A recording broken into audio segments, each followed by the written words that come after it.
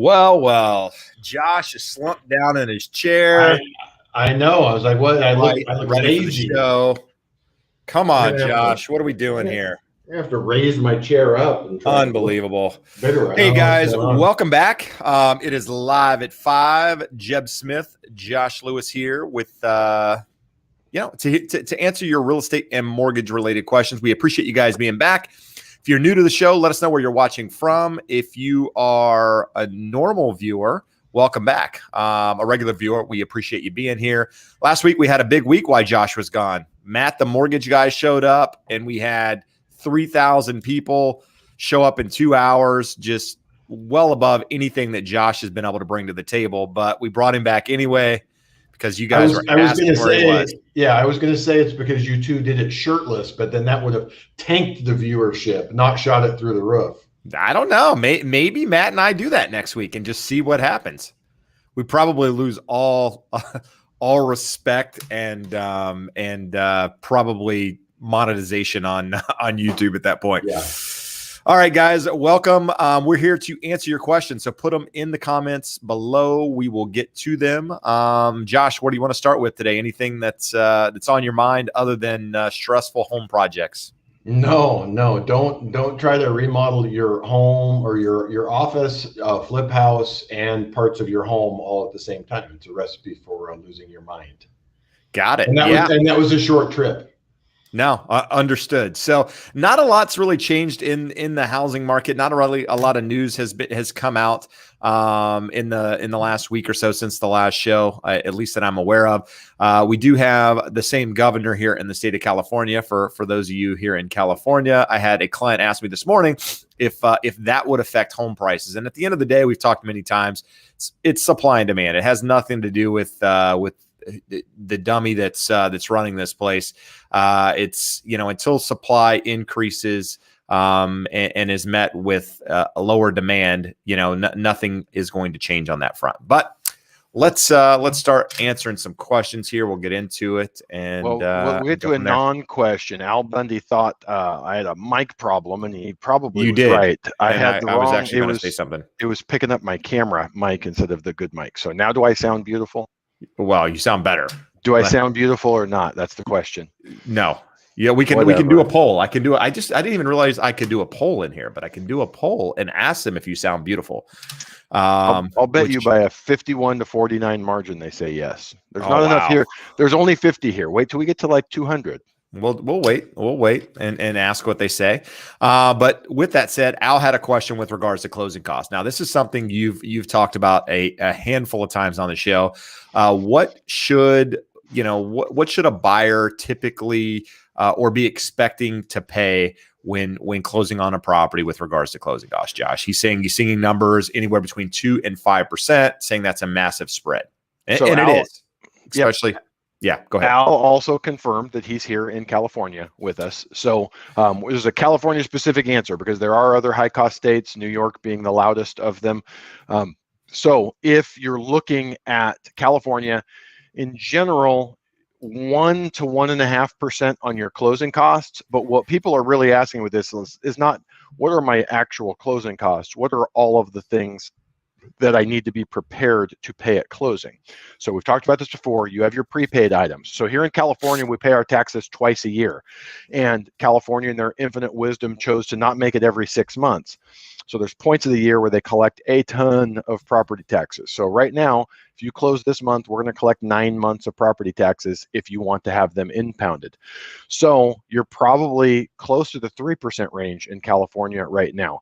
For us, we don't have any lender fees. We don't charge for underwriting, processing, docs, that type of stuff. So if you take that away, so you're really truly paying just your third-party items, appraisal, escrow, title, recording, notary, that type of stuff, you're going to be, let's say, our sort of bread and butter price range for us is that $750, $850 range. It's about $5,000 or $6,000 of closing costs. And this time of year, you're going to have another $5,000 or $6,000 of prepaid. So 12 grand on a $700,000, $800,000 purchase price.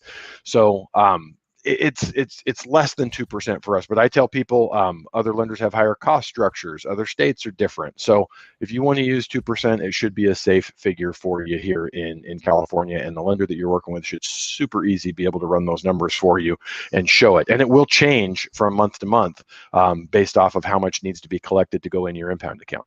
Got it. And another question I get often, and we can just address it right now because I think it's worth talking about, is there any way to roll the closing costs into the loan, or do I have to come up with those out of pocket? When it's time to sign my loan docs. Yeah, you cannot. I'm just trying to get this thing on mute so they don't bother us anymore. You cannot, on a purchase, roll them into your loan amount. Well, the reason why you can do that on a refinance is the loan to value is based off of the loan amount divided by the appraised value. So on a purchase, if you're putting 10% down, if you added any closing costs to it, the loan's not 90% anymore. It's 90% plus the $5,000, $10,000 of closing costs. So now you're at a 91 or 92% loan to value. You can do that. It doesn't make you not eligible for the loan. You're just going to have a higher mortgage insurance rate. And conversely, like where it wouldn't really impact you, if you sell your house and you're putting 35% down on the new purchase, yeah, we can add those into the loan amount. But generally, the people that are asking it are first-time buyers. They're putting 3.5% down FHA, 3%, 5% conventional, and it either makes them ineligible. Say on that transaction, $700,000 purchase FHA, $500,000 FHA purchase. Your 3.5% is $17,500. So if we add the loan or the closing costs on there of $8,000 or $10,000, then we haven't met our required minimum. So that's why the people that generally are asking that are not the ones with big down payments. They want to know if there's a way to just come up with their down payment. And the answer is yes, just not in terms of rolling it into their loan. The easy button for that is you increase the interest rate, you get a lender credit, you cover all your closing costs. And the rule of thumb for that is to get 1% in lender credit, 1% of your loan amount, not your purchase price, you raise the rate 0.25%. That's a rule of thumb. It's not a hard and fast guideline. You can't go to a rate sheet and say you're absolutely going to get a point for going up 0.25%, but it's usually pretty accurate. So if you're looking at that and you say, hey, I don't want to come in with any money, you go up 0.5% on the interest rate, you're going to get a 2% lender credit. For us in California, you can usually get in with just your down payment. Got it. And I guess the only exception there, Josh, would be using a USDA loan, right? If it appraises for more than the purchase price, they actually let you roll some of that cost in. That's the only loan that works like that, right? Yeah, it's unique to USDA and is one of the most awesome features if you're able to get something that appraises for more than what you agreed to pay for it. Got it. Awesome. All right. So let's see here. We got a couple people coming in, letting us know where they're calling from. Some people asking how you're feeling, which will, I'll let you answer here in just a second, Josh. I just wanted to see if I was missing anything. So how are you feeling, Josh? Josh had COVID for those of you that didn't know. And he's back. He's better. Yes, better. The sickness wasn't bad. The fatigue was bad. Super tired, couldn't work, couldn't do my business. So that wasn't a lot of fun for about 3 weeks. But after that, just pretty rapidly recovered. And I'd say we're 95% now. Got it. All right. So, Seer Guru, who regularly comments on videos, talked about getting 3 offers, back on the market, 750 cash buyer, and ended up closing. So, good job. I mean, it is still very much a seller's market. I've been starting the show by talking about what's happening with inventory.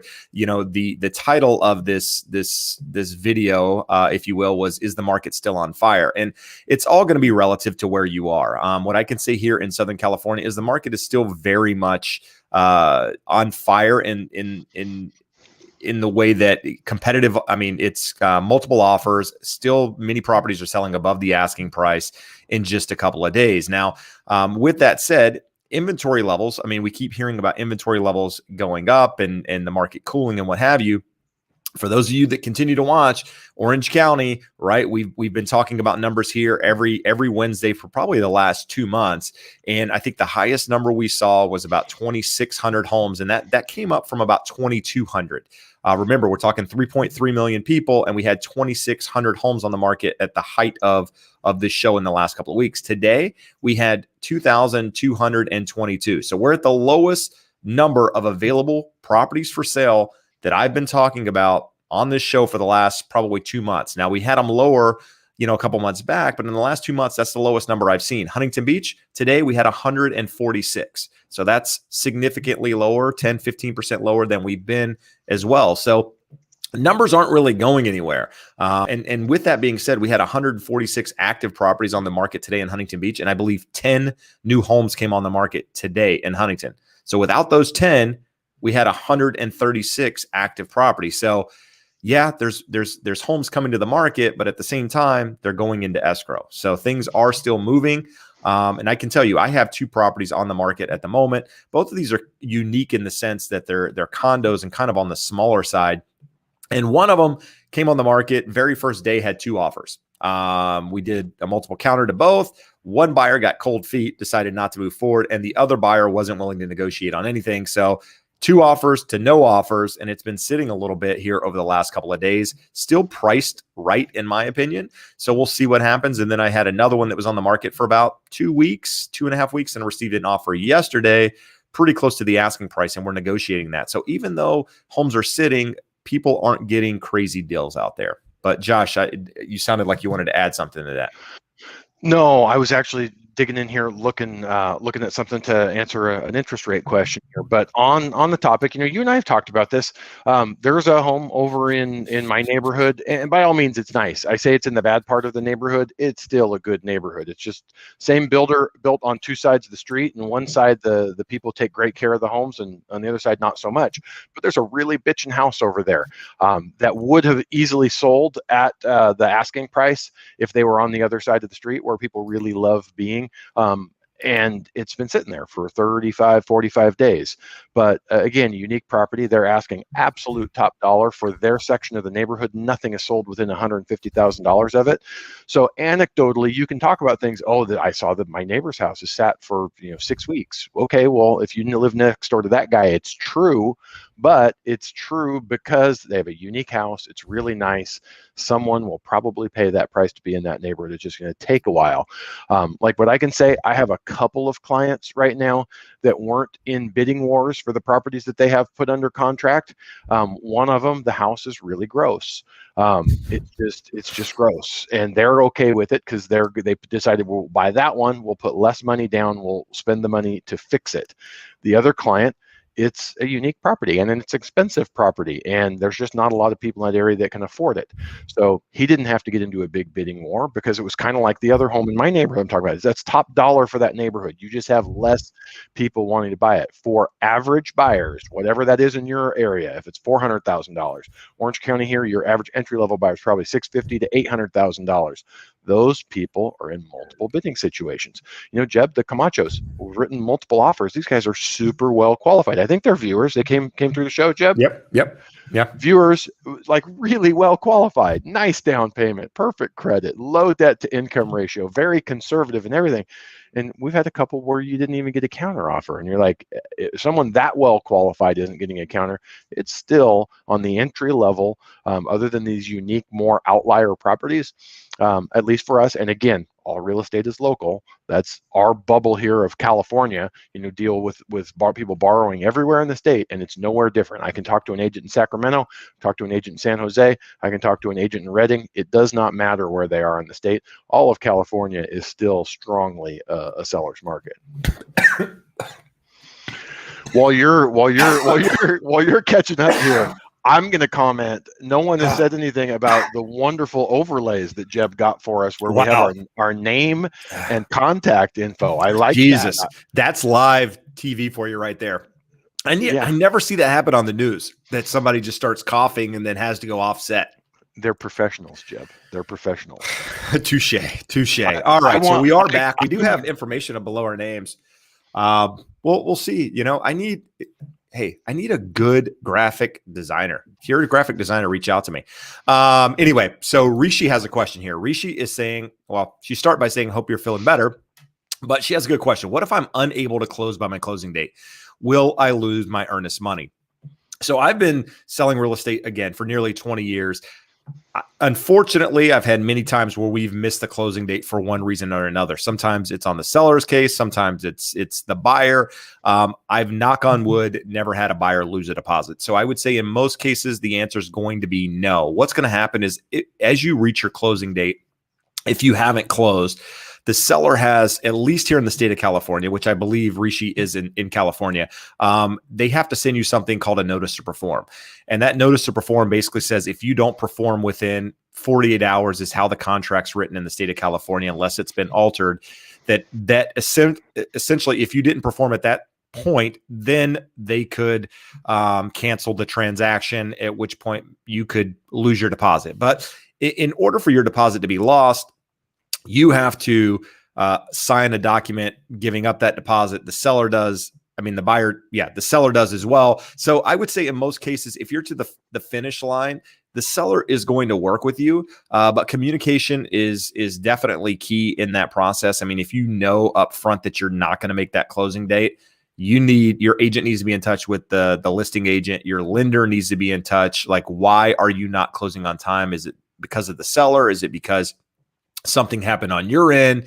And just be forthright. I mean, hiding things and trying to beat around the bush and say it's going to happen when you don't know. It's better to just be upfront and lay out the terms. And then maybe there's the possibility, if they're being super strict on trying to cancel or something, that there can be a per diem paid or some small fee for extending it a little further. But at the end of the day, you're probably okay. But I would say communication is definitely what you need to strive for in that situation, just so that all parties are on the same page.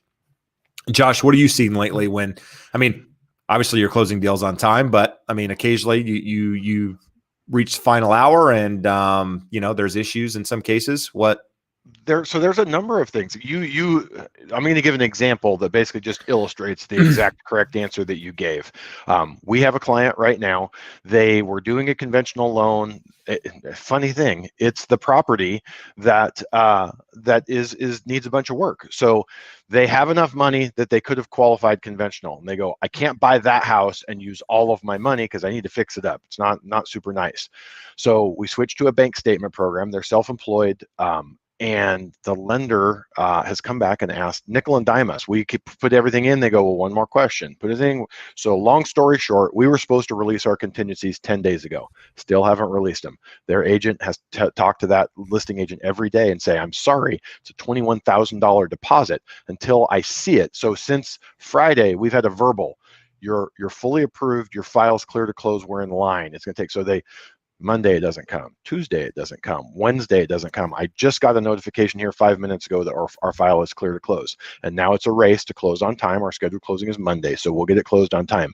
But the only reason that it has been okay and no one is freaked out, no one issued a notice to perform, is the listing agent and this guy have the selling agent and this guy have talked to the listing agent every day, telling them exactly what we're doing, giving them all of the details and telling them exactly why we can't put $21,000 of deposit at risk when a bank statement loan, those guidelines are written by the lender. They can do whatever the heck they want. It's not a Fannie Mae, Freddie Mac type loan where I know the guidelines cold and can say, yeah, let's release the contingencies.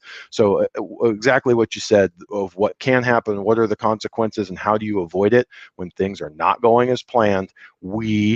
The selling agent, the lender have to communicate and tell them why and make them comfortable with it. Because if you don't communicate, I mean, Jeb, speak to this. I mean, what happens when something's not occurring as it should contractually and you're getting no communication from the other side?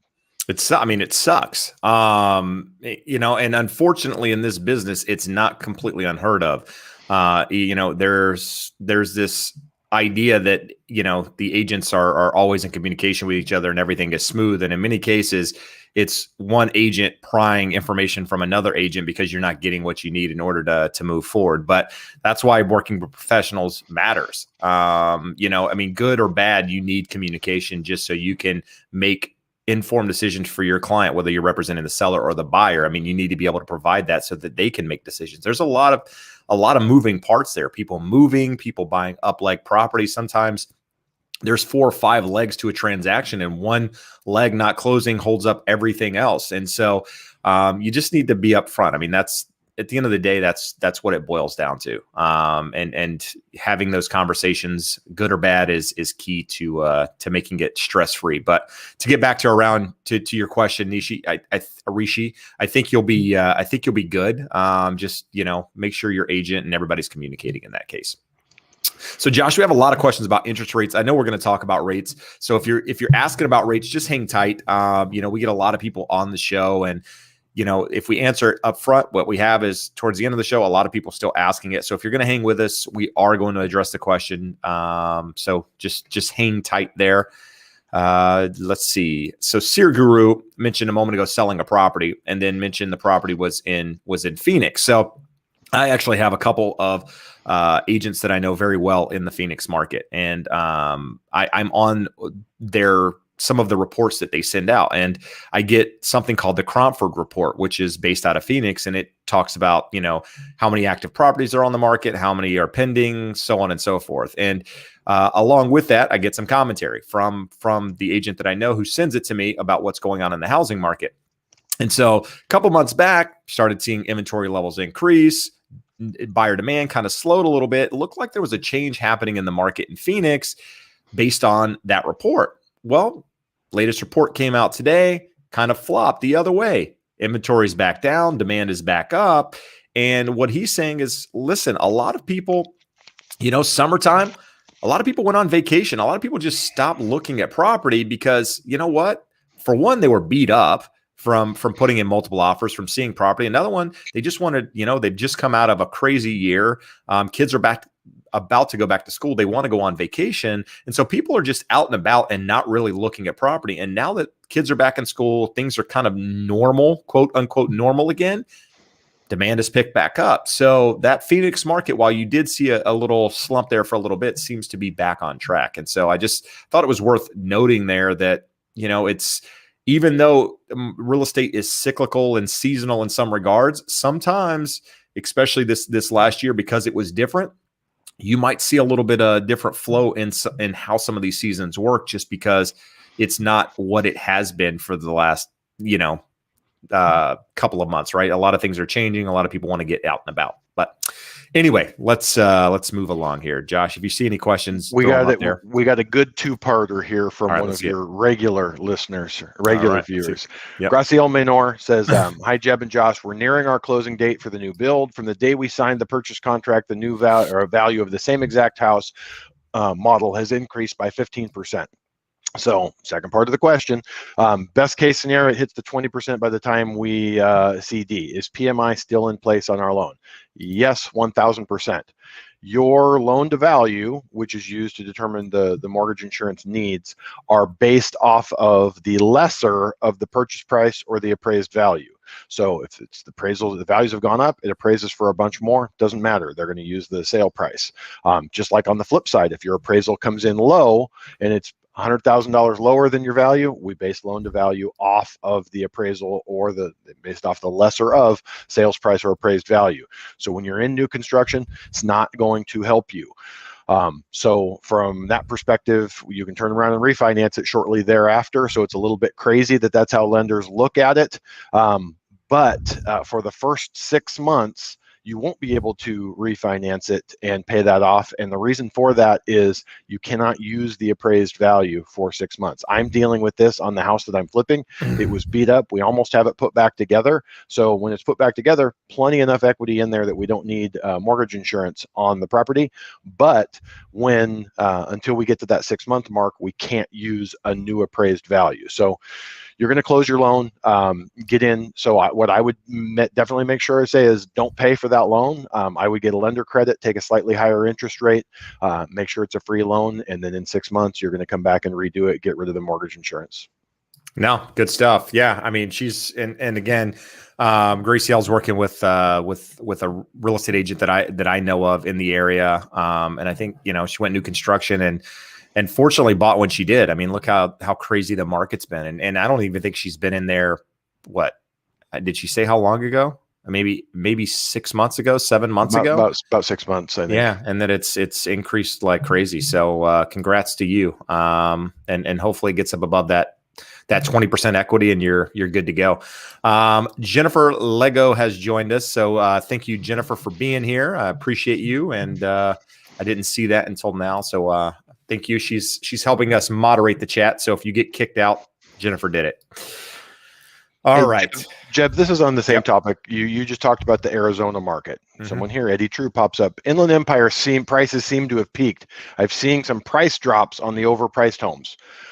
I can tell you from every one of my clients that's looking in the Inland Empire, everything competitive bidding situation. So if you're seeing overpriced homes, do not conflate overpriced homes not selling and having price reductions or being taken off the market with the market hitting a peak. When you have a strong market, a lot of people are delusional. Their neighbor sells a beautiful house and theirs is not beautiful, and they go, well, everyone sells for more than the last one, so that guy sold for 600, I'm going to sell for 650, not realizing the guy had the Bellagio in his backyard with fountains and all that fun stuff, and you have broken down cars in your front yard. So I would absolutely say we are seeing that. We're seeing a lot of crazy people with homes on the market that you're like, yeah, your neighborhood supports that, but your house doesn't support it. But long way of saying, homes being overpriced and seeing price reductions on them, it doesn't tell you anything about whether you've hit a peak. I think it's more a function of the market that we have crazy people that have seen this hot market and think that they can get whatever they want for it. Yeah, no, I mean, and that's the thing is, you had Kathy seeing lots of gross houses in my area going for obscene amounts. Yeah, we're seeing that everywhere. When there's little inventory, high buyer demand, people are willing to pay crazy amounts for things that they shouldn't. I mean, I'm seeing homes back to streets, homes back to freeways in some cases, selling for prices that are similar to interior tract homes, just because buyers don't have a lot of options out there. And again, we talk about all the time, working with a professional, somebody to point out these things to people, because a lot of times buyers don't realize it, right? They realize there's a street there, but a lot of buyers, when they go into the process, never think about the resale value. They never think about the future. They're just thinking about the here and now. Finally, I found a property. Finally, I was able to get into escrow. Hooray. And it's like, okay, what happens when supply does, level out at some point in the future? Buyer demand's maybe not as crazy.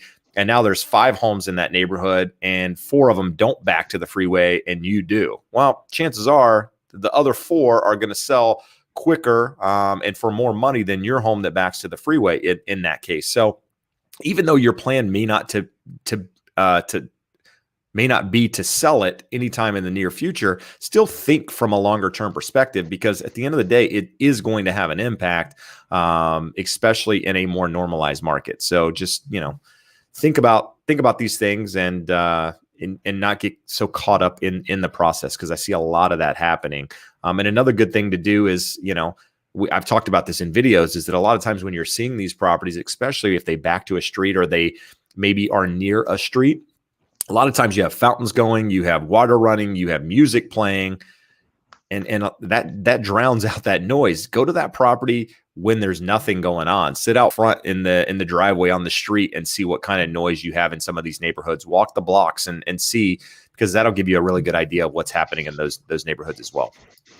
Anyway, hey, we got another two-parter over here. All right, Jeb. let's see it. So Johnny Coe starts with, what are your thoughts on becoming an appraiser? And the follow-up is not his, but it's a similar subject. Burns, Fines, and More says, has the availability of appraisers and inspectors gotten any better in California? I want to shorten inspection and appraisal to make my offer look better. So the answer is no. The shortage of appraisers has not gotten better. And so the thoughts on becoming an appraiser, what I would say is it's a lot of work for not a ton of pay. And if you look into, an appraiser can make good money, but I'm saying it's a lot of work, a lot of travel, driving for not a huge amount of money relative to how much effort goes into it. And the biggest thing is how hard it is to get approved as an appraiser. Last I checked, you have to have a college degree. I don't know why. It doesn't have anything to do with appraising. You have to apprentice under someone else for a period of time.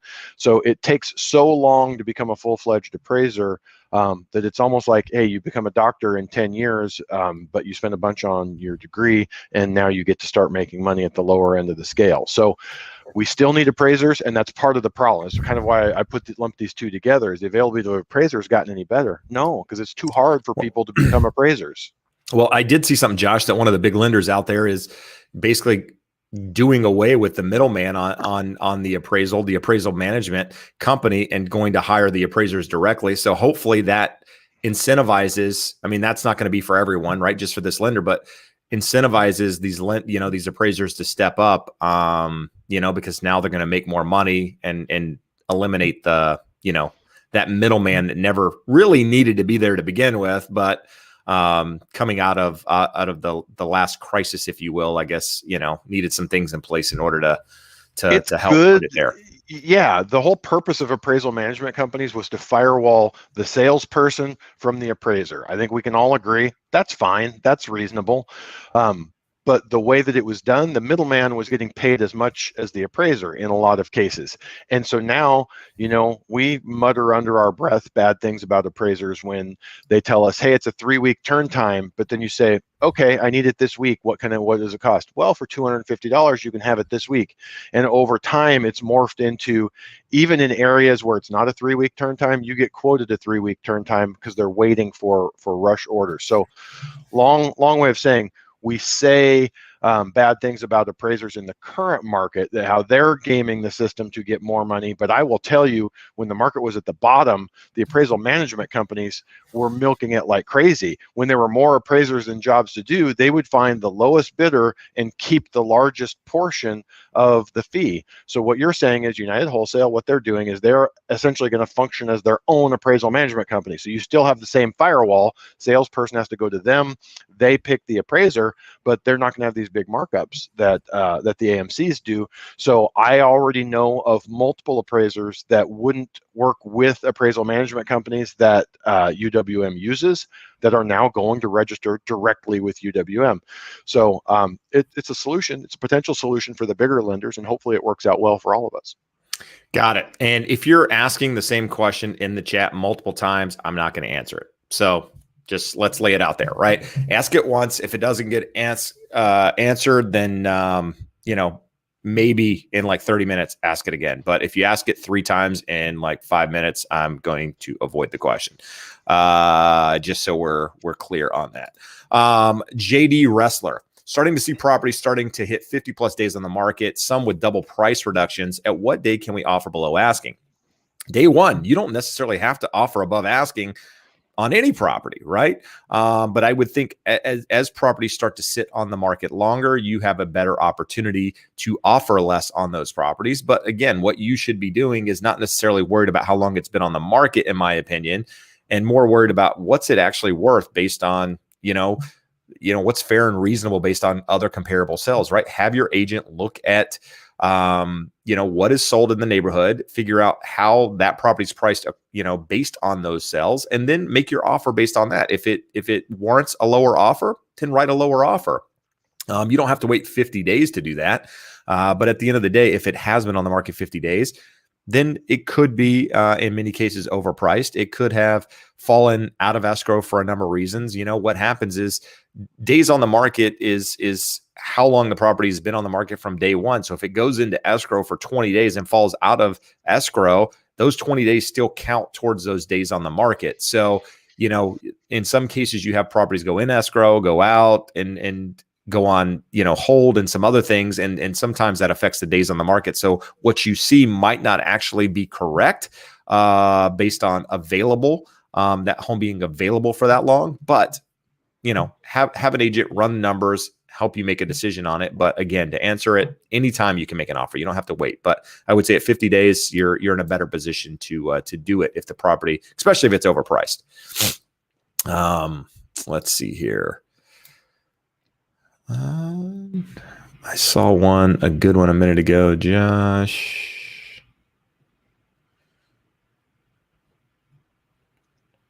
So I see this question, but I don't understand it. Maybe you understand it, Josh. I would like to know how much you can advise your prospect to seller that their tax information does not match with possible listing. So are you, any idea where that's No, going? no, I'm not sure because I don't know where they would be picking up tax information. I mean, it's for most areas, it's public records. So that's where the Redfins and Zillows are getting the tax information that they're publishing. So let's say you list a property. Where is the MLS pulling that information, or are you inputting the information? Well, I input it, but I go pull it from title, right? So when I make an offer on a property, I go to the title records, I look up to see who the owner is, and I put that on the contract. Most people don't do that anyway. They just, leave it blank or put seller of record or what have you. I just try to make it a little more complete, a little better looking, if you will, by having their names on there. But in most cases, people don't even put it. But yeah, pulling it from title in most cases. So let's see, Neil and Terry Fucks is somewhere here in California. Let me know where you are because you had a question and I want to answer it. I guess I can answer it without knowing where you are, but you mentioned your property being on the market for a couple of weeks, only having one showing, and wondering if there was something wrong, I guess, with the property. And I can't advise you as somebody that's under contract or working with another agent or what have you. But at the end of the day, if you've been on the market for that period of time and if only had one showing, if your house is super unique, then maybe it's not a big deal. Or maybe if it's just not, like, for example, I have a studio right now. It's only 400 square feet, right? That's not going to, most home buyers aren't going to want to purchase a studio, right? It's not going to appeal to most people. Therefore, if I don't get a ton of showings on that property initially, I'm not really that shocked because it's unique. It's 400 square feet. Most people can't live in that. So in that case, I wouldn't be so worried. But if you're like a normal 3-bedroom, 2-bath property and homes in your neighborhood are selling and you're not, then that's when you should be more concerned with it. And if that's the case, then chances are you might be a little bit overpriced based on the market if you're not getting showings. All right. It's kind of the same thing, Jeb, as that one in my neighborhood. I don't think it's overpriced. I think they're asking an astronomical price, but I think there's a buyer that will pay it. They have a park for a backyard with a really cool outdoor kitchen and bitchin' pool and remodeled stem to stern. So again, whether it's a studio or whether it's just something big and beautiful and top of the market for that neighborhood, there are homes that there's a buyer for, but if it's unique, it may not fly off the market as fast as your typical bread and butter stuff. Well, I don't know if you saw it today, but another one came up, not in that part, but on the other side. You see it? I didn't. Okay, yeah, for 1.75 as well. And it'll sell in a week on the other side of the street. No, not on the other side. It's on your side. It's what, I guess, the west side of Springdale, just south of Slater, in that same track as some of our other friends in that same pocket, but a little further back. 1.75. So same price as the other one. So we'll see if people are overpricing them or if they're going to go in the market. So this is an interesting question here. Josh, do you think Progressive California is going to amend the state constitution to remove Prop 13 tax protections for homeowners? I don't see that happening anytime soon. And the first step will be removing it for commercial properties. They've been tried it a couple times. Every time, I mean, that is almost the third rail of California politics. The thing that is known is that the people that vote in the highest numbers are older people, seniors, near seniors like this guy. They vote in higher numbers, and they own homes, and they're on fixed incomes, and they depend on Prop 13 to keep their monthly payments lower. So don't see a likelihood of it happening. If it were ever to happen, it will come well after they strip that away from businesses. But you have a similar situation. I have a client that she just bought a business, including the building, from a gentleman over in Long Beach, and he was 80 years old. And for him, it wasn't a business that was just killing it. He bought the property back, in the 70s. If you taxed him what the building is worth now, you eat up all the profits of the business. So you see stuff, I don't know if you guys saw in the news, but Chuck Chuck Berry, the guy that made the Batmobile and all that stuff, they have been in the building since the 1950s making hot rods up in Hollywood, Los Angeles. And it got to the point where the building is worth so much money that they can't afford to keep their business there. The business just doesn't generate enough money to do it. And that would happen to a lot of businesses. So that's a reason why it applies to commercial and residential properties, but we will see it lost for commercial properties long before it happens with residential. Yeah, I agree. And chances are you're going to continue to see it on the ballot every 2 years in some form or fashion. Prop 13 is going to make its way there. Part of the problem with having a majority in the state is that you're going to, if you don't get the answer you want, you're going to continue to put it up there. So it's going to be voted on. And as long as again, the older generation shows up in droves, you're probably in good shape with not having it removed. But we will see, because it's going to show up.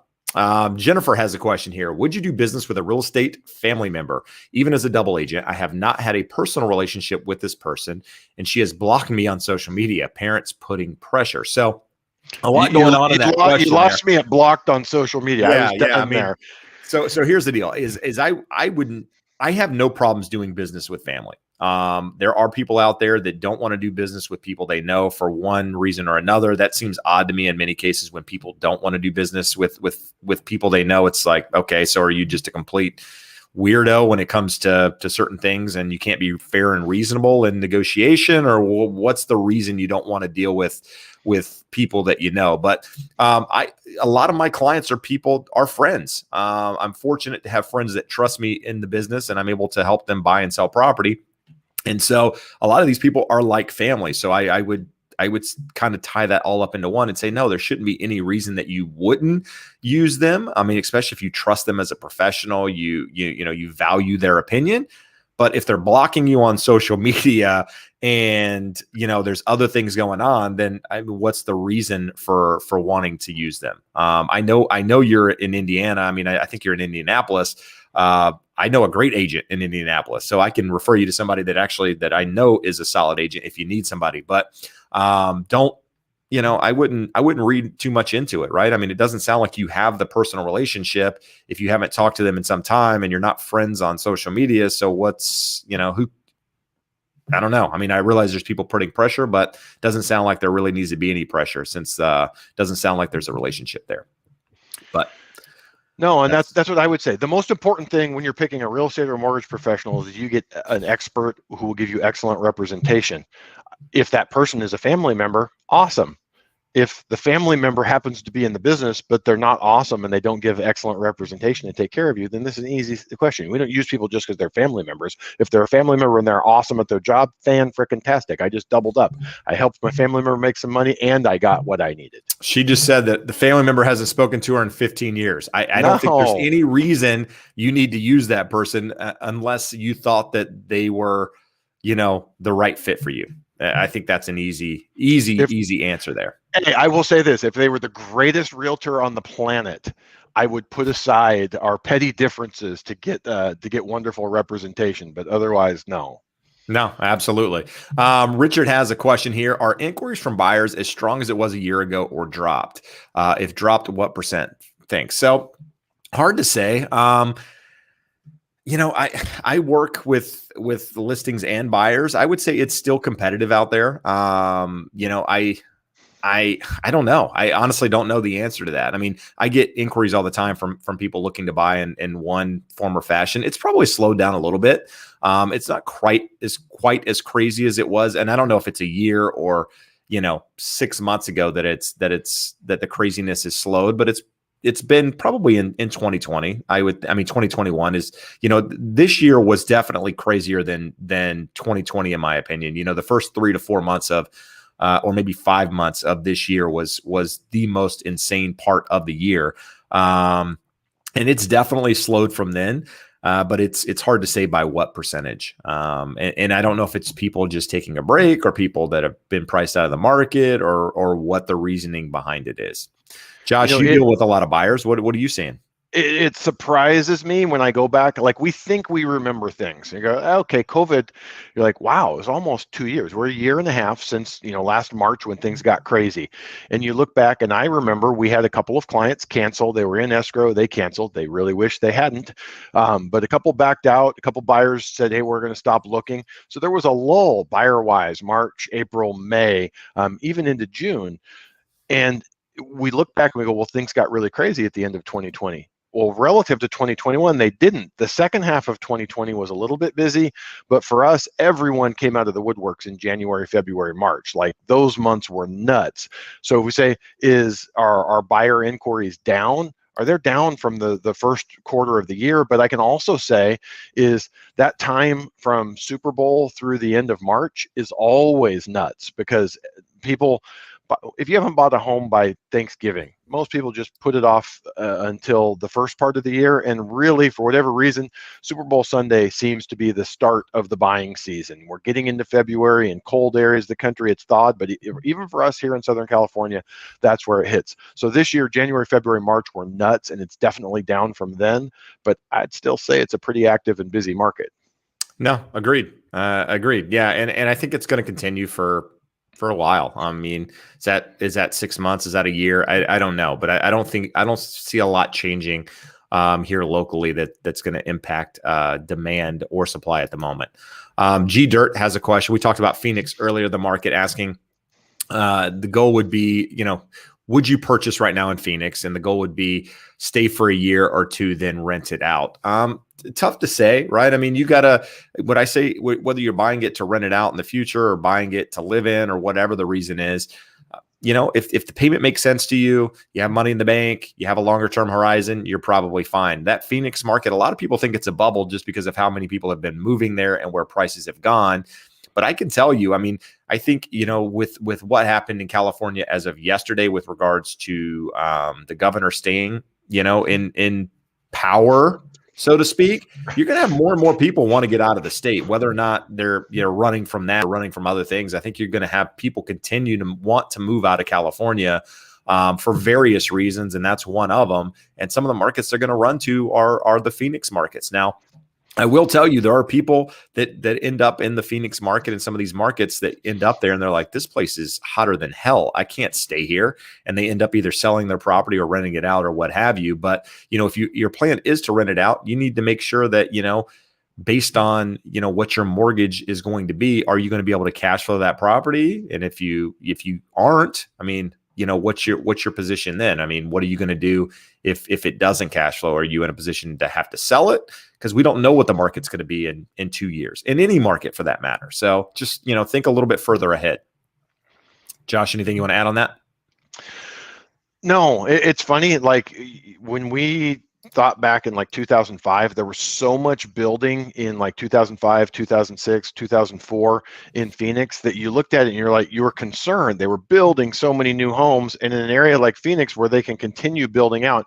I know some of that is like federal land that can't be built on, but for us here in Southern California, all of California, everything starts at the coast, and all of the coastal stuff is built out. So you have a limit to supply. There was always a potential in an area like Phoenix that supply could increase. I think that's dissipated a little bit as it's more built out and it's harder and more costly to build. So, from that perspective, if you're looking to put a roof over here, like the most important thing in a question like this is, what do we always say? Don't buy a home thinking I'm going to sell it next year and make money. Have a 5 to 7 year time horizon. If that includes holding it as a rental for a period of time and it cash flows and makes sense, yeah, by all means. But I wouldn't think, I just want to get in for a year or two and make some money on it, and then maybe I'll hold it as a rental. Make sure you have a longer term time horizon, and that market is strong. And to that degree, like I looked on Zillow, I was bored a few weeks ago and was just looking at different areas that I would be interested in moving to. And you look, all of these areas are now much more expensive than what they were, and they all complain about Californians moving there. So apparently it's all Californians' fault. Do me a favor, if you're watching right now, hit the like button. Help us get to, I don't know, what's our most likes ever on this thing? 120 during the show. Help us get to 150. How's that? And then I won't bug you for doing that any longer. Let's see here. We got some more questions. Let's see. Ray's asking, any advice in buying land zone for single family residents in Lake Elsinore? Land is in a light slope, but seller is offering 3 adjacent lots. I don't know it well enough to be able to advise you on buying land out there. I mean, if it were in an area that you thought, could be developed at some point, it might be worth purchasing. But honestly, I wouldn't be able to give you enough information to make it make sense for you. Josh, anything? No. So here's the thing. What are you going to do with it, and when are you going to do it? I wouldn't buy land to hold. Lake Elsinore, there's a lot of, relative to other areas in Southern California, there's a lot of lots and land around there that you can get. There's not literally a lot of them, but relative to other areas around there, not nearly as unique. If you want to buy a lot in Huntington Beach, good luck. You want to buy a lot in Lake Elsinore, you're always going to have a few choices. So it's not like super high demand, super limited supply. If you're telling me, hey, I have a construction background and I'm comfortable going and taking a construction loan, I'm going to put 4 homes up and I'm going to sell them in the next 18 months, maybe, but most people don't have that level of experience. They don't understand or know what's required from the financing perspective. They don't have the money sitting in the bank to finance their portion of it separate from the loan they can get. So I'd be real careful. I wouldn't say no, but I'd be very careful. All right. Let's see what Gothman Prophecies. Would you still ask for seller credits for repairs in this market? Absolutely. Every market. It's the worst thing they can say is no, right? I mean, I did a video this afternoon. I don't know when I'm going to post it, but it's talking about, mistakes sellers make in this market. And one of the things I talk about in there is sellers not being fair and reasonable in transactions. And comes down to stuff like repairs in many cases, where a buyer might ask for a couple of things and the seller just thinks because it's a seller's market, I don't have to do anything. And they're willing to let a deal fall apart for just minuscule things. But no, I mean, I would say out of the last handful of buyer transactions I've done, we've either gotten repairs completed or we've gotten a credit of some sort. In fact, we closed maybe a week ago, 2 weeks ago now. I was in Yosemite when it closed, but we got, I think, $3 or $4 grand for repairs, and the repairs on that property are probably going to cost maybe $1,000. So a lot of times I like to go in with, the list of repairs and let the seller tell me how much they're willing to pay me, versus me coming up with the amount, right? Because if I would have said that, I would have said it's probably $1,000 worth of repairs. If they give you that, you're probably in good shape. But going with the list, a lot of times sellers and their agents estimate the cost to do these items, and they're willing to give you more than it's actually going to cost to do them. And so in that case, they come back with a higher number, you're happy, you move on. Now, in the instance that they don't give you enough to do those repairs, then it's an opportunity to renegotiate, right? You can negotiate further and or draw your line in the sand and tell them what you want. But I would say you're never in a position where you shouldn't at least ask, because the worst thing they can say is no. I'm gonna get one of those overlays, Jeb, that every other week when this question comes up, that it can just answer for it. Jeb says yes, always yes. There you go. I like it. That should be the show. Just put. We'll make yes. little signs to put up. Yes, always yes. So I'm gonna trigger you here. Actually, this one in this market won't be that triggering, but Linda Seha says, do you recommend selling by owner in Riverside, California? No. I mean, here's the thing. Obviously I have skin in the game when I say for sale by owners are not advantageous for most sellers, right? I mean, in many cases, the seller ends up netting less money, ends up being a headache. There's potential disclosure issues. There's a lot of things that can go wrong when a seller is selling their own property. Now, if you were a seller that had been a previous real estate agent, or you've done a handful of these in your career or throughout your life and you know exactly what to do, sure, go for it. But if you're someone that's never done a for sale by owner and you're just trying to capitalize on the market because you don't want to pay, a commission, I would say you're a candidate you need a professional to help you do that. There's, especially in the state of California, there's a lot of disclosure issues, or a lot of disclosures that have to be completed, which lead to potential issues if you don't disclose things or have the proper forms. It opens you up for lawsuits, and having an agent there is part of the protection for you as a seller, for one, but that agent is also there to vet buyers, to make sure that, whoever is buying that property actually is in a position to purchase it. And when things go sideways, during a transaction, because oftentimes they do, even if you as a seller don't know about it, agents are there negotiating things and helping keep the deal together. A lot of times, it takes professionals to make that happen, negotiations and so on and so forth. So even though it's a market that is very much in favor of sellers, I would still say it's in your best interest to hire a professional, interview a couple. Chances are you're willing, you're able to find somebody in this market that will negotiate on certain things that may be your sticking point. And so, it's better, I think, to have that representation there, unless you have the experience of doing it. Let me throw my perspective on this.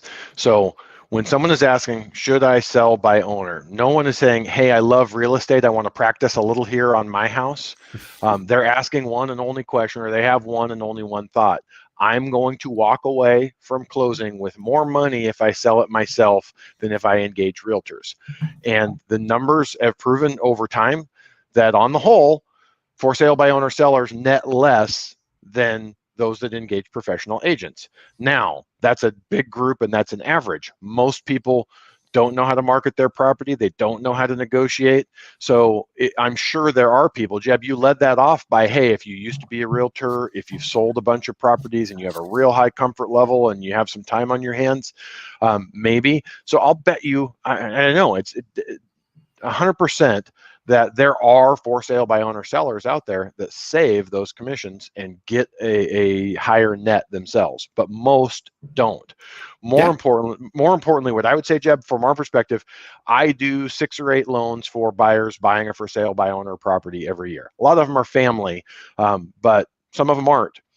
Either way, I have never in all of my career of doing this seen a seller make a legally compliant set of disclosures on a for sale by owner to the buyer. So if anything goes wrong and that buyer gets upset, especially for us in California, in a very consumer-friendly, litigious state, they will light your ass on fire in court, because a lot of the disclosures are important and simple. So you can do that. Again, if you have the time on your hands, there are places you can go online, do the research, download a packet of disclosures, fill them out, get them signed. I'm telling you, I've never seen it. So I am certain that there's been a situation where a buyer felt wronged, goes, I didn't get this disclosure, and boom, you're paying them $100,000. Well, I would argue the fact too that you say that I don't know the percentage, you didn't give a percentage, but that the seller, the for sale by owner, is actually going to net more money. In many cases, they're not, because what happens is a for sale by owner, you don't have the ability to get that thing in front of enough people to likely generate that's what I'm saying, Jeb. Yeah. On average, they net less. They don't net more. They net less. So they're doing it themselves to make more money, and they actually end up making less because they're not professional. They're not professional negotiators. They don't know the process. They can't expose the property to the market the way a realtor can. And those things are important. The marketing of the property and the negotiation of the process are the 2 most important things in getting a high sales price. Now, there's a fee for that with the realtor, but on the whole, a good realtor will generally pay for themselves. So all I was saying is, are there for sale by owners that net more by selling? Yeah, there are, and they're the exception rather than the rule, because on the whole, they net less. All right. We're going to get to a couple things here, but I want to answer Sam. Sam asked me how my car is doing. So a couple weeks ago, 2 weeks ago, week and a half ago, I went to Yosemite. We drove my wife's car, got up to Yosemite, and the damn thing blew up. Essentially, white smoke pouring out of the tailpipes. I don't know if I told this story last week. If I did, just forgive me. Anyway, we found out that there was it's a Ford Explorer. I forget what model it is, a Sport or something. Anyway, it blew one of the turbos in the car. So the turbo was gone. That leaked into the catalytic converter, which basically ruined that. It was all under warranty. It's all good. But here's the catch. Take it into the dealer, right? What happens under warranty? You need new tires, right? Got to get new tires. Need new brakes. New brakes. Needs the oil change. I still come out of there. I came out just, just getting reamed because it was there. I was like, it's got to be done. I'm not going to deal with this later. Here we are. Car's fixed, but now it costs me just because the turbo blew out. I'm pretty convinced that they just push a button, that just when it gets to, paid off, they push that button, blows up, you take it in, and they ream you. Anyway, that's my thought. Let's see. Leroy is coming in strong here. Leroy's got a lot of comments, and we're gonna talk about Leroy here because I like a lot of his comments. Let's see here. I don't like just go with a cut rate agent, so we're gonna ignore that one. But he said a good agent is worth every penny. That's as bad of an idea as doing it yourself. Right. Yeah, exactly. Well, yeah, he says not rocket science if you are that cheap. But anyway, a good agent is worth every penny. Leroy goes on to say that California is going to grow, but it will be at the low end growth. Higher end owners are relocating. So here's what I'll say to that. Obviously, a lot of people, the media says a lot of people are leaving California, migration out to California, whatever it is. I'll tell you, I have friends that sell luxury real estate, and I'm not talking luxury real estate like $1 million or $2 million. I'm talking 20 million, 30 million, $40 million properties. And guess what? These things are selling. And if the high-end owners weren't purchasing in California, these homes would be sitting and they would be, coming up in droves. The reality is these high-end homes are getting a lot of offers and a lot of them selling. So there's a lot of money still coming into the state and people buying real estate, fixed assets, maybe a hedge against inflation, whatever it is. But I disagree with that statement. But he goes on to say, Josh, and we'll let you talk about rates here, that rates will drop at least 1.25 in the next 18 months. And he's saying, set your watch to Jennifer. So I know you've been a big proponent of rates potentially going back down at some point. Thoughts on rates? Where do we see next, let's say just a couple of weeks out, maybe the next quarter? Well, so just say where we're at right now. We talk about your absolute best qualified borrower paying no points, no lender fees. On a conventional loan, you're in that 2.75 range right now. FHA loan, VA loan, 2.25 if you're not looking for a lender credit. So if we say we're at 2.25 and we're going to drop 1.75%, that puts us at 0.5%. I don't think any lender, if they got their money for free, would be willing to make loans for 0.5%. The cost of administrating the loan is more than that. So the question that we've had going back to 2013, I don't know if you guys remembered, but when rates first dropped under 4% and we're at 3.75, 3.5, and people are saying, that's as low as rates can go. It's just too low. A lender has to have a markup. So I'm open to a debate as to what the lowest rates can go to is on a mortgage rate, because the question becomes, there's a cost to administrate that loan. There's a profit motive. They're not making loans for nothing. With all that, I don't know. I don't know if we'll ever see mortgage rates under 2%. It's possible, but a drop of 1.7% takes us down to 1% interest rates. That's not happening in the next 18 months. Leroy, I will bet you $1 billion. I will bet you all the money I have. Mortgage rates are not 1% within the next 18 months. If they're at 1.875, I'd be surprised, but I wouldn't be shocked.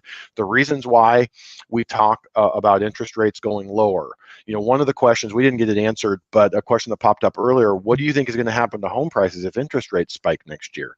Well, I don't spend any time thinking about that because I know there's no world in which interest rates spike next year. So what we're going to have, people who are dreaming, hoping, wishing for a crash so that they can buy in at a lower price, the headwind that they're facing is that, Leroy, on the whole, the direction here is correct. The direction of rates is lower. We're going to have lower growth. So Leroy's correct. I mean, he's talking some crazy things, but some of this is right. When you have lower growth, you have lower interest rates. The excessive borrowing by the federal government takes money away from productive purposes in that they have to repay that money in the future. So they have less money for productive things that increase growth. So we have lower growth, lower inflation, lower interest rates. So the trend is absolutely for lower. So we can pick up this conversation later on and see where those levels are, because I don't know. I don't know what the floor of a 30-year fixed mortgage is, but it's lower than where it is right now. We may end up with 1.75 mortgage rates at some point in the future, not out of the question. But the bigger picture is, what does that mean for home prices? As long as rates stay low and inch lower, it's supportive of higher values. We have a supply and demand imbalance, and then we have a support in low interest rates that keep the payments affordable for a lot of people. I'm not saying they're affordable. I'm saying there are people who can afford them. No one looks at it and goes, hey, my $5,000 a month of mortgage is affordable. They say I can afford it. And lots of those people do. So from that perspective, we actually had another question earlier that we weren't able to answer. I had talked about we have the client doing the bank statement loan, and someone said, what are interest rates on a bank statement loan? They're all over the place. So that buyer was putting 10% down. They did have very good credit. They're going to end up just under 4%. And I don't remember, it was 3.99 or 3.875. I have another friend, they have a $2 million home. They owe $500,000 on it. So with a very low loan against a very big property value and a 750 credit score, they're going to be closer to 3 and an 8, 3 and a quarter. So not much of a premium to the market. So it just depends. And the two biggest factors on those bank statement programs is how much equity do you have in the property, or how much are you putting down? How high are the credit scores? All right. Good answer there. But a lot of you guys are slacking. 208 people on here. 53 likes. Come on, people. Josh and I could be home with our wives, could be home with my kids, but I'm here. Answer questions. Hit the like button, please. Anyway, let's move on here. So there's a couple questions we can get to pretty quickly. Lizardan. When selling a house, can I require the potential buyers to work with my listing agent so I can end up paying less commission? No. Absolutely not. You can't do that. Zachary is asking, is it normal to do an engineer report? Here in Southern California, no. In some markets, maybe yes. There are properties here in California that are raised foundations. North Tustin comes to mind.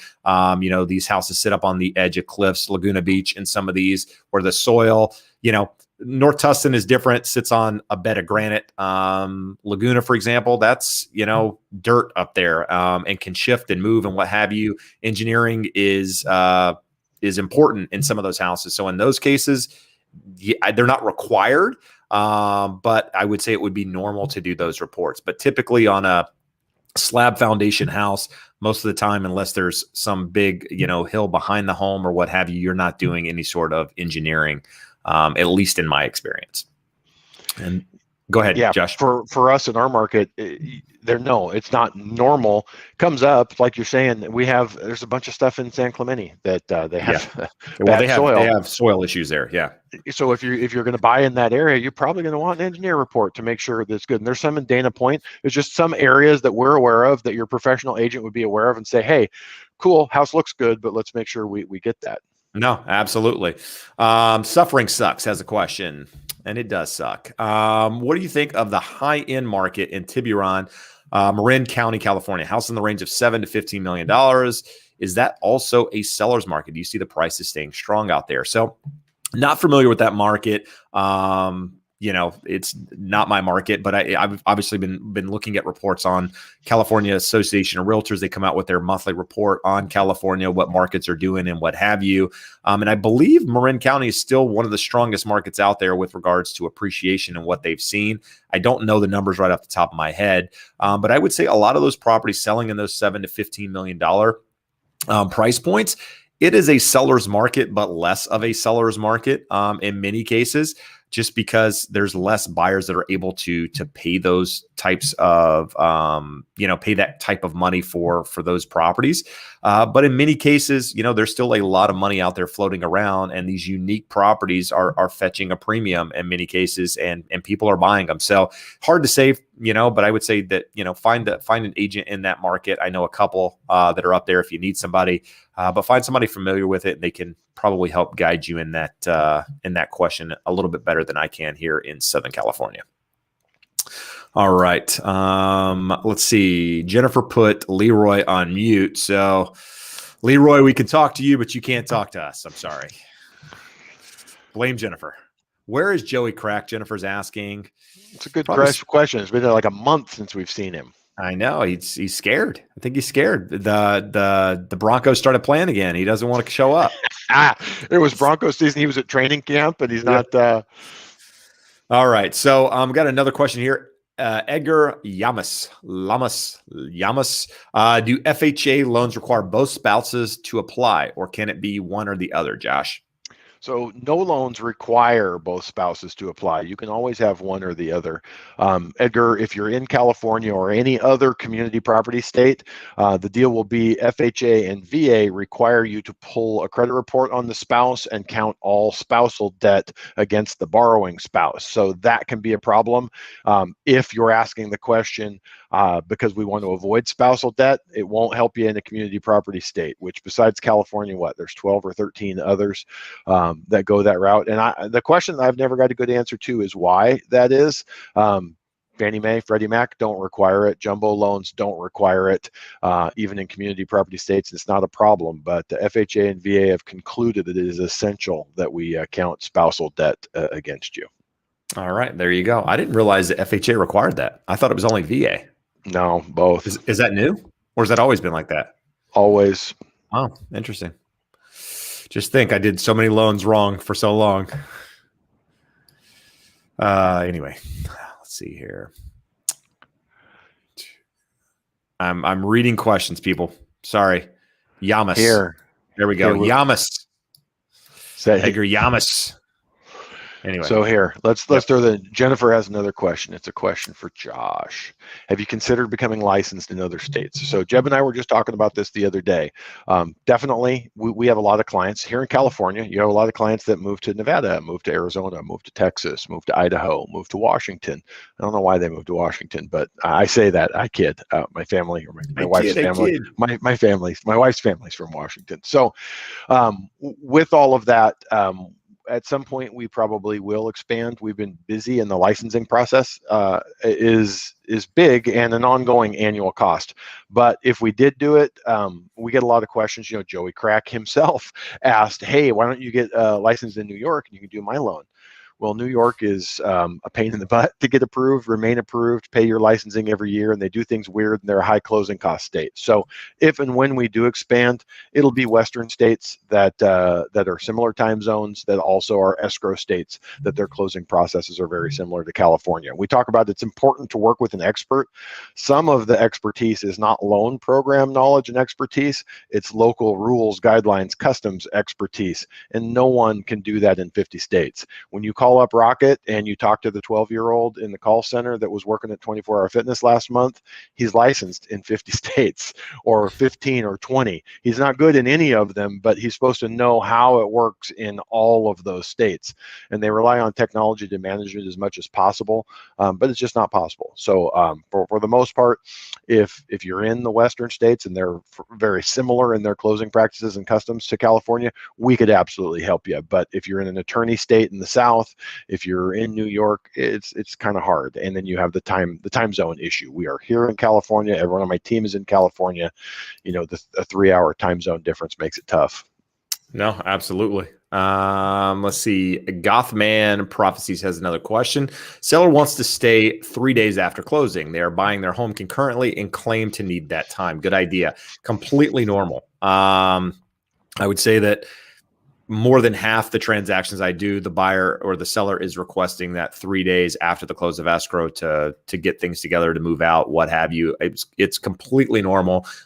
Nothing alarming there at all, in my opinion. And Jeb, that would also 99% of the time be negotiated in the contract up front. We're not 2 weeks in and going, "Hey guys, we're going to need 3 days." You have it in the contract of when they're going to get possession and what they need, right? Absolutely. Yep. Nothing to concern yourself with there. Catechus. What's your opinion on home of choice contingency? As a buyer, will I lose any money, earnest, lender fees, if the seller will void the contract? So I'm assuming you're talking about seller finding a replacement property, right? You're buying a property. The seller is basically saying, "Here, I will sell you the home, but it's contingent upon me finding a replacement property, a suitable home of my own." And in this market, again, it's pretty normal.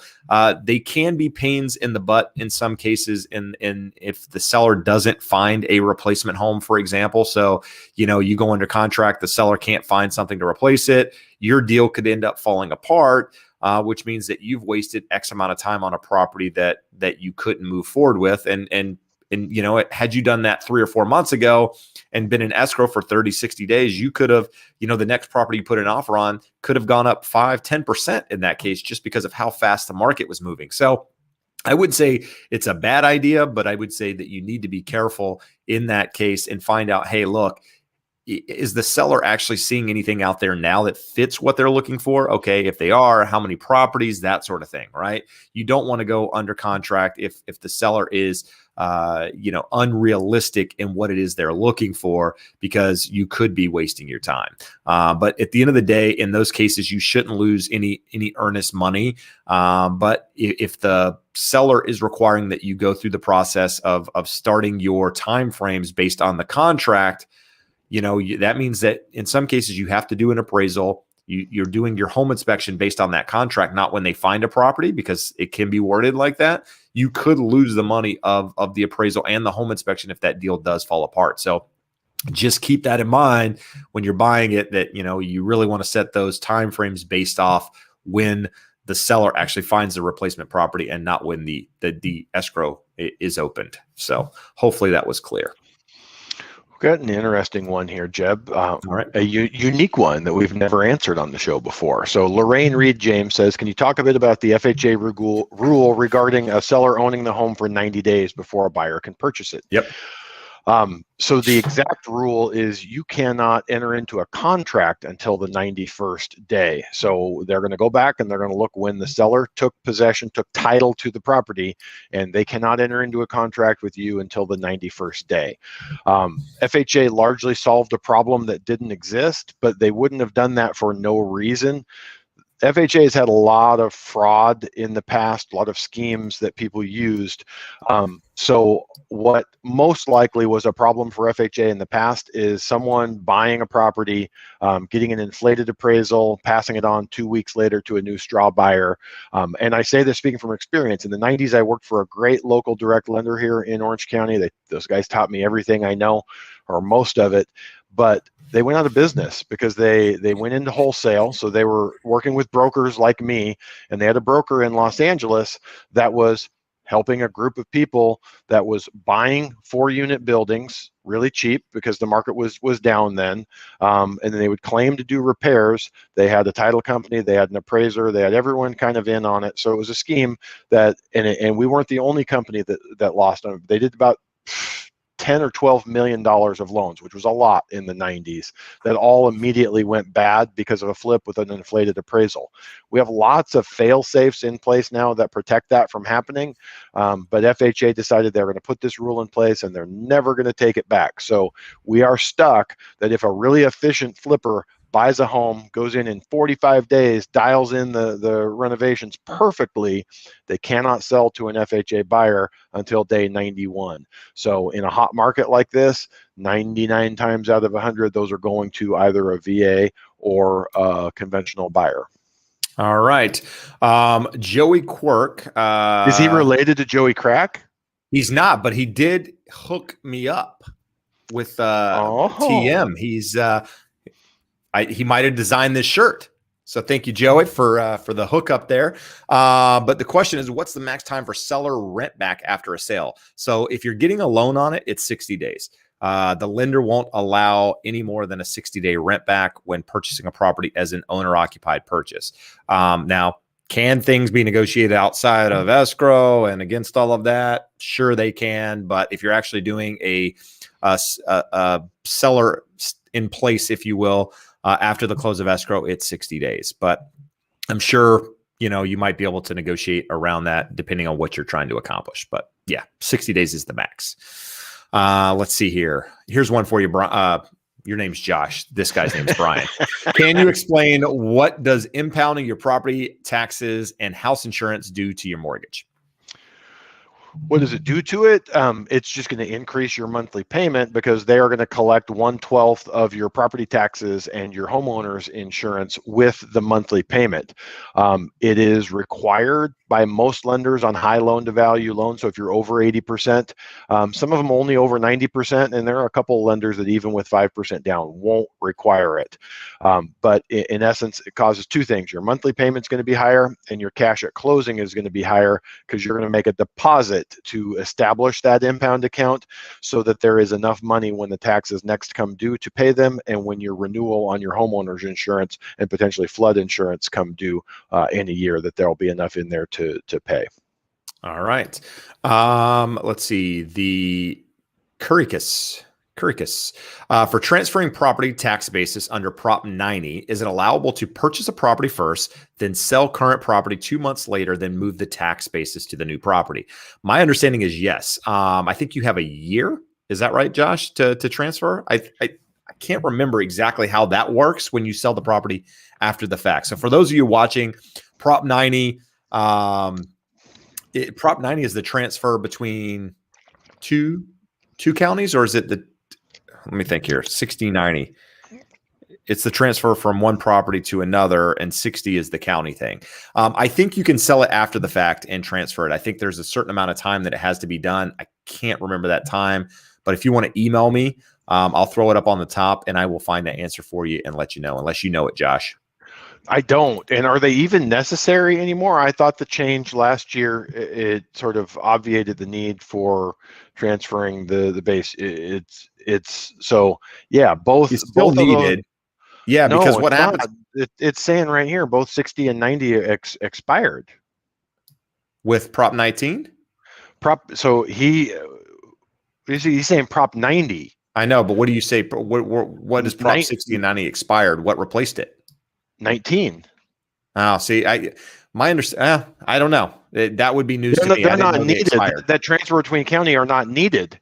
They were replaced by 19, in that 19 lets you, if you're 55 plus, you can go as many times as you want, and you can move up or down in value. Okay, so 60/90 is gone. I understand what you're saying now, but what does it mean when you're selling a property after the fact, and your tax basis is still on that property and you've already purchased a new one?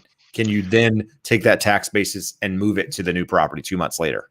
Well, we're back to the same spot. He's gonna have to send you an email and we'll research it, because I don't. Emails are up there at the beginning. I'm almost 100% sure that the answer is yes, you can do it, but there is a restriction on the time. I just don't know what that time is. But I'll find it out for you. So let me know there. Emails at the top. Let's see here.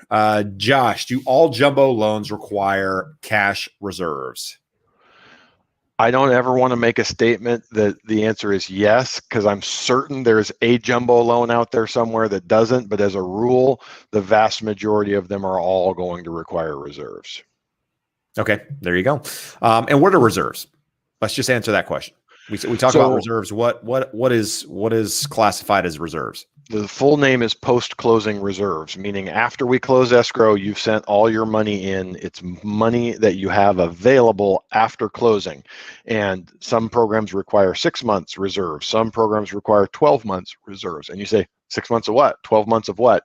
Generally 6 months of the payments for that property. So you have a $2,500 payment, you need 6 months reserves, you need $15,000. You need 12 months reserves, you need $30,000. Can generally be in a retirement account or otherwise invested. It doesn't have to be cash sitting there. But post-closing reserves, and the reason why lenders like that and why it's more prevalent on jumbo loans is obviously if you use every nickel you have to get into the property, you get in and something bad something bad happens and goes wrong, house burns down, you lose your job, you have no money to absorb that loss, and it's likely to be a problem for the lender. All right. Yeah, no, good stuff. Absolutely. Having money is key. We talk about that all the time. It's one of the things that you need to have as a buyer, regardless of what type of loan program you're doing, is having those reserves, whether the lender requires them or not. Having them is instrumental. Arthur has a question here. Is it better to remodel and update home or sell now while it's hot? So I actually talked about this in the video that I did today that I haven't. I don't know when I'm going to put it out. Maybe Friday, maybe next week. But I talk about this question exactly. So it's going to depend on your situation and what you're talking about with regards to remodeling and how much it's going to cost you. And I would say it also depends on the market that you're in and what is selling around you and the inventory. There's a lot of factors that kind of go into that, answering that question. It's not as easy as yes, you should. In some cases, you're not going to get that money back, depending on what it is you're remodeling, right? And, a lot of people believe, hey, I put $30,000 into a property, it's going to increase by $30,000. Not necessarily. It might help the property sell quicker. In some cases, it might not do anything because your taste might not be what the buyer that's looking to purchase that property even likes. So I am going to talk about it in a video that I'm going to publish in a little bit more detail. So hang tight on that. But the easy answer is talk to a professional in your market. They can kind of guide you through that process. But even agents, I would say if you took 5 agents and we all answered that question, you're going to get a handful of responses on how people feel about that. But I would say in a competitive market, I think you have to less of that is actually necessary. It is the easy answer, but we will talk about it in that video. Jennifer gave us $10. Jennifer's still paying us here. She's working and paying us. This is like some sort of crime, I believe, where your worker actually gives you money. Syndrome. Yeah. Well, Jennifer, I actually purchased something today. It's being sent to you. I don't know when it'll be there. It might be 3 days, might be 5, but I think you'll like it. And if you don't, you can send it to me. I like it. Was it a case of 805? Not a case of 805, but it's a case of something. Okay. Yeah. Awesome. Dude, you're killing me, bro. This is like the 6th time you've asked this question. And I really want to help you. I do, but you're driving me crazy asking the same question over and over again. So we're going to ask it just to get you out of here, man, just to get it done. What do you think about removing the appraisal contingency? Josh, what do you think about it? For the most part, we're not having huge problems with appraisals. You should have an expert like Jeb representing you. They should be able to advise you. These are all of the comparable sales that have already closed that could, should, or would support the value to the property. This isn't just a shot in the dark. When we go into this, we know how many comps do we have? Do they support the value? How likely is it to come in low? If it came in low, how low is it going to come in? So it's an educated bet that you're making. You know what the risk is. What I can say is, for the most part, we've had a bunch of clients do it. We've had no one come in on the wrong side of it. So consult with your realtor. Examine what's available in terms of comps, make your best educated decision on what you think that appraisal is likely to come in at, worst case, and would you be comfortable paying the difference?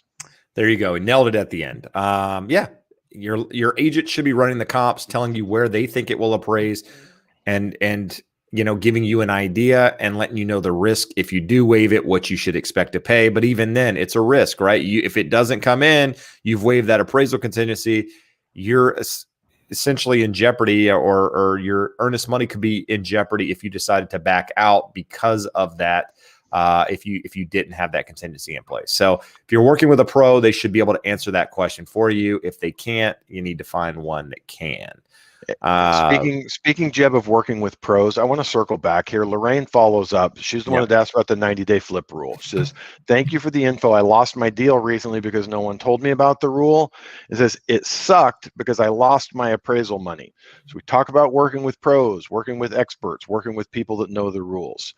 So let me just give you a couple of insights into this. Do we occasionally have this happen? Whoever was the listing agent on that home should know, hey, my seller hasn't owned this for 90 days. We can't accept an FHA offer. So unacceptable that they didn't know it. Your agent should be looking at a property profile, seeing, hey, they haven't owned this for 90 days. Doesn't work for an FHA loan. Unacceptable. Your lender, okay, when we get it, we assume that the realtors have done their due diligence. So I won't say that this never happens, that we get a contract and open an escrow and we're sending out disclosures, but what we will do is pull a property profile if the prelim is not in, and we'll see how long they've owned it. And we would never order an appraisal on a property that you can't get a loan for. And if somehow me and my team screwed up and made that mistake, I can assure you that you would not be losing your appraisal money. We would be losing your appraisal money. So I got serious questions about the realtor that you're working with and the lender that you're working with, that they didn't immediately apologize to you, and one of them offered to cover the cost. So please tell me when you go out and find a new property that you're working with people that actually have your best interests at heart and have the knowledge and expertise to help you get what you deserve in the market. There you go. Well said. Let's see. Saeed, I just completely butchered that. Shade. Does upgrading from carpet to hardwood add a lot of value to a home? kind of addressed this a moment ago. To each his own in some of these cases, right? I mean, should it? In many cases, I wouldn't say a lot of value, but it does add some value. But you're going to find some buyers want carpet. So if you go in there and replace all the carpet with hardwood, you might find a buyer that was interested in that property with the carpet in it, willing to pay the price that that the buyer that's paying for it with the hardwood. So it's hard to say. It not each scenario is going to be the same. It's kind of a personal preference for you. But I would say the trends out there at the moment are some sort of hardwood or vinyl or what have you. But it's not going to be the same for every person. A lot of people want carpet in the bedrooms versus hardwood in the bedrooms, that sort of thing. So it's to each his own. But again, find out what homes in your neighborhood are doing, or what of the most recent sales in your neighborhood, do they all have hardwood? Are they all, what do they look like? Because that's a way to get a good idea of what you should do if you're considering doing it, especially if those homes are selling. Now, if they're all sitting, then not really a good basis for using it as an example. But that's one way to approach it. This one's a funny example because you think of hardwoods. So back in the 90s and in the 2000s, like that was a big deal. If a home it's got hardwood floors, and it's just not. There's so many amazing alternatives now that it's like crazy. Like that most people just like. There are definitely still people that love hardwood, and you see high-end floors, they'll put a bitchin' hardwood floor in. So Matt wants to know if you want his purple shirt. I mean, a lot of people are complimenting on his shirt. In fact, Michael Dury, who's not here right now, Josh, I forgot to gave you $10 to go buy you a shirt because he's disappointed in your floral patterns. He thinks Matt's shirt is $10. No, he's giving you $10 to go buy a better shirt than the one you had. So he's thinking $10 will buy you something better than you had on at that time. Michael Dury is out in the plains of West Texas wearing a Carhartt t-shirt. I am not going to take his opinion for what my shirt looks like in any way, shape, or form. Here's the deal. This one is a 17, 32, 33 slim fit. Is that going to work for you, Josh? That wouldn't fit my sister. I mean, come on now, 1732. We need a lot bigger than that. So the easy answer is no, Matt. Matt was our guest last week. Matt also has a YouTube channel. You should check him out. You can Google his name, Matt the Mortgage Guy, and you can get connected with him. Thanks for being here, Matt. If it's only for a moment, let's see here. So PD is local as well. I actually know PD. He's asking a question here, which we talked about earlier. Was it the same person that asked this question, or was it someone else? It was a different one. Okay, but just answer it real quick here. Just he's here. I know him. Let's get him an answer. Nearly always, but again, it doesn't have to be liquid cash sitting in your bank account. It can be a retirement account most of the time. So hopefully, if you're getting a jumbo loan, we have some type of reserves, and it varies. On the low end, you're going to be looking at 6 months. Some programs will require 12. Gotcha. Yeah, absolutely. Thanks, Paul, for being here, man. Do you guys think prices will come down in the next few months or continue to go up? I can't see how they can go up any higher. So I know people that have been saying that for years. Josh, you're in the dark. My motion sensor got me. So I know people that said prices couldn't go up from 2 years ago, and here we are, right? We're considerably higher than then. But Josh, what are your thoughts on prices over the next couple of months? I give my opinion all the time, so I think most people know how I feel. But supply demand imbalance. Demand is strong, remains strong, and we have no supply coming to the market. So generally this question is a version, at least Jameson actually said, I can't see how they can go up even higher. I get people telling me the prices can't go any higher. Well, that's your wish or your hope or what you're imagining. I absolutely get this sentiment. I can't see how they can go up higher. I look around and I go, how could my house ever be worth more than it is today? I don't know, but we said it last year. We said it 2-3 years ago about our houses, Jeb. Like, how could it be worth more? I mean, a house in my neighborhood, same model as mine, just sold for $100,000 more than I thought the home was worth. I mean, and sold in like 3 days. So, I mean, clearly, I don't even know what the hell I'm talking about with regards to where I think prices are going. It's insane. Yeah. I mean, can they go higher? Absolutely. But I don't think you're going to see the same type of appreciation we've seen over the last year. right? Or are you going to see more moderate appreciation? Absolutely. This last year has been nuts. If we got another year like that, we would really be bumping into affordability issues, and you'll see false statements that because home prices are higher than they were before the crash, that they're less affordable. Home prices are 40% more affordable than they were at the last peak. And again, we use that term. I don't want anyone thinking affordable like, oh, these are affordable. Is enough of a percentage of the population that can afford homes at these levels, and a limited supply for them to choose from, which pushes prices higher. Had this conversation with a buyer earlier today. She said, hey, should we wait till early next year? And I said, exactly what we're saying here. And an important concept is demand. There's two elements of demand: willing demand and able demand. The example that I gave is I would be willing demand to buy a home in Malibu, $10 million sitting on the beach, but I don't have $10 million, so I'm not able. So I don't impact the supply and demand of that market. What I'm saying is we have plenty of people who are willing and able to buy the limited supply of homes, that nothing is changing in the future. And that will continue to lead to higher prices. Hopefully it moderates a bunch and we see 3 to 5% going forward. But I don't know that even that is the case. The desirable homes that we see coming on the market, you get multiple people. All it takes is more than one to sit there in a bidding war back and forth. For those of you who play fantasy football and you have an auction, you sit there and you're like, every year there's like a guy that goes for 100% more than he should have. And you're like, what the hell happened? There's houses like that are happening because two people love that house and they don't want to lose. And it goes for $100,000 more. And Jeb has a comp, so he can get that for his house now. Actually, it's going to be the neighbor's house, because the neighbor is going to be selling his house, and we are same model also. And we were going to be putting that on the market. So we will see if we can get even higher and see where that goes. But anyway, brings me to the next question here, which was, let's see, where did I go with that? Oh, I got two. Arthur asked another question. AC went out, fix the AC fix the AC to sell or let it ride. I believe it depends. It depends on again, this kind of goes back, but in many cases you can just let it ride. All right. Let the buyer know, hey, AC is not working. And if maybe they're going to have a home inspection anyway, it's going to come up. Let them either request to have it repaired. If you were going to repair it anyway, let them ask for it. It's going to cost you the same amount, whether they ask for it or you did it up front. Maybe they don't ask for it. Maybe they're like, you know what? It's an old air conditioning. I'm going to come in and put a new furnace, change all the ducting. I'm going to do my thing. I'm not even worried about that air conditioning. And they don't end up asking for it. And so you've spent $5,000, $7,000, whatever it is, replacing something that the buyer was going to end up replacing anyway. So I work kind of the opposite in a lot of ways on these. I believe let's let the buyer ask for it, and maybe they don't. But it's not something you're trying to hide. It's not a disclosure issue where you're saying, hey, I'm not going to let them know it doesn't work.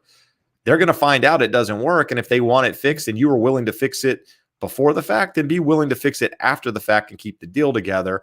And that way you're not spending unnecessary money on something that you didn't know if they were going to ask for to begin with. So that's my thought on that. But here we go. Jose's got a question for Josh. Did you want to add something to that, Josh?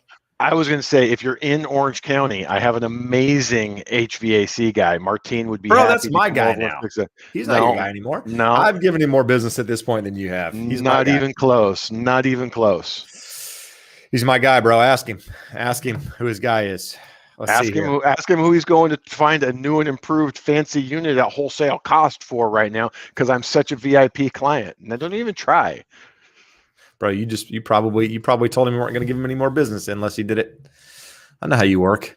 For Josh, got a 30-year fixed at 2.99 interest and put 20% down. For the mortgage payment, I can see that the amount that goes towards interest is greater than the principal by about $300. Is that normal?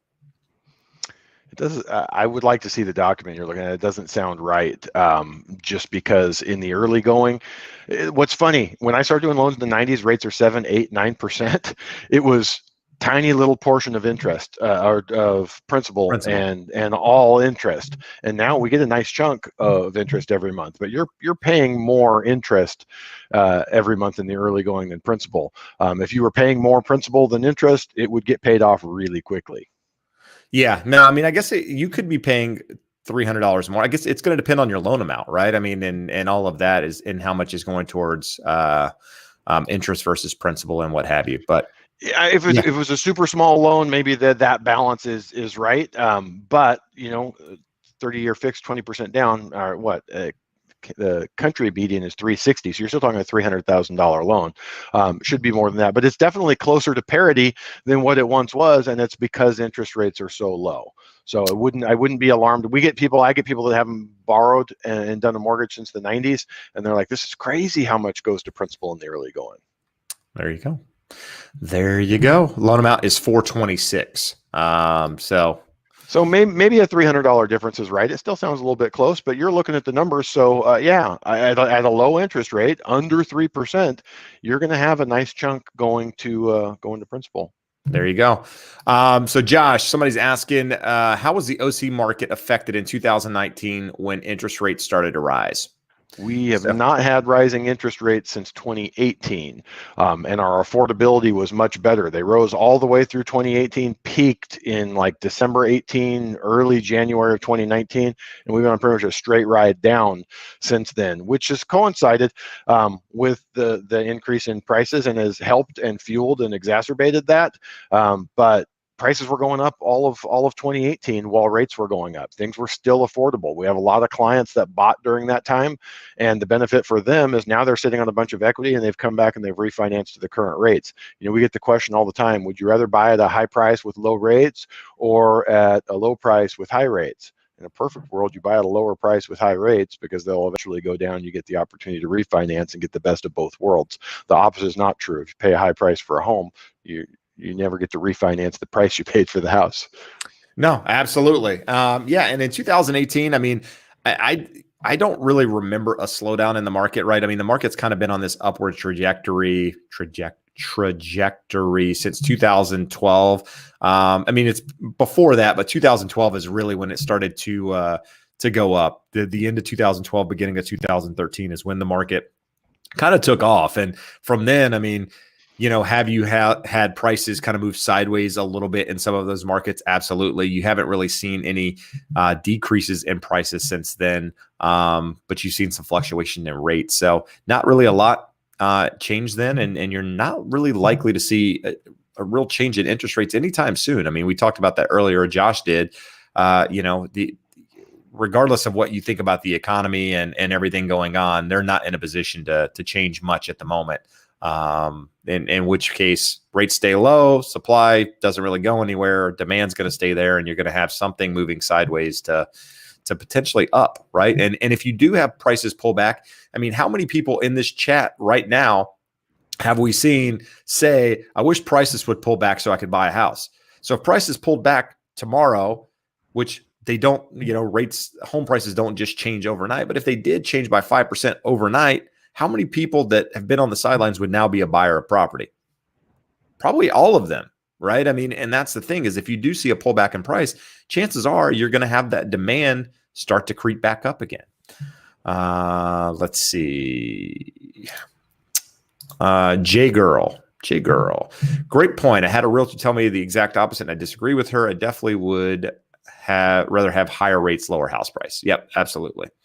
Eddie True, are jumbo rates significantly higher than that of conventional? Josh? No, not significantly. An eighth, 0.25% for well-qualified borrowers. If you have a lower credit score or a lower down payment, it can be a pretty big difference because on conventional loans, 10% down is a nice down payment. You're going to get close to the absolute best rate. 10% down on a jumbo, you're going to pay a big premium. Most of those don't have mortgage insurance. They build it into the rate. So you'll see a bigger difference in the jumbos, especially, and when I say lower credit scores for a jumbo loan, 700 is a low credit score. It's a pretty good credit score for a conventional loan. If you want the best pricing jumbo, you want to be above 760, even 780, and you want to have a bigger down payment. If you have a nice down payment and a high credit score, you're going to get a really good interest rate on the jumbo loans. All right. Shahid again ask a question. Are people still putting $20K over asking price for homes? It's going to depend on the price of the home. I mean, I will tell you, I've written a couple offers recently where we've been 20,000 or more, in some cases more over the asking price for a handful of buyers and still not getting a response back on these. So In some markets, absolutely. In other markets, it might not be 20,000. Maybe it's asking price. If it's still in a competitive market that has low inventory and buyer demand still there, you're still going to have people paying over the asking price when properties are fairly priced. So yes, in some cases, the answer is yeah, over 20K. Seeing it all the time. Amir is asking, would having a cosigner help if you don't qualify for a loan, Josh? Absolutely. It depends on the quality of the cosigner. I've had people ask, okay, I don't qualify. I'm going to add my brother, and brother makes $50,000 a year, and he has a $400,000 mortgage already. So just remember that all we're doing is adding your co-borrower's debts and income to your ratios to qualify. So if they already own a home, or if they're not going to live with you, we have to count their housing payment against them.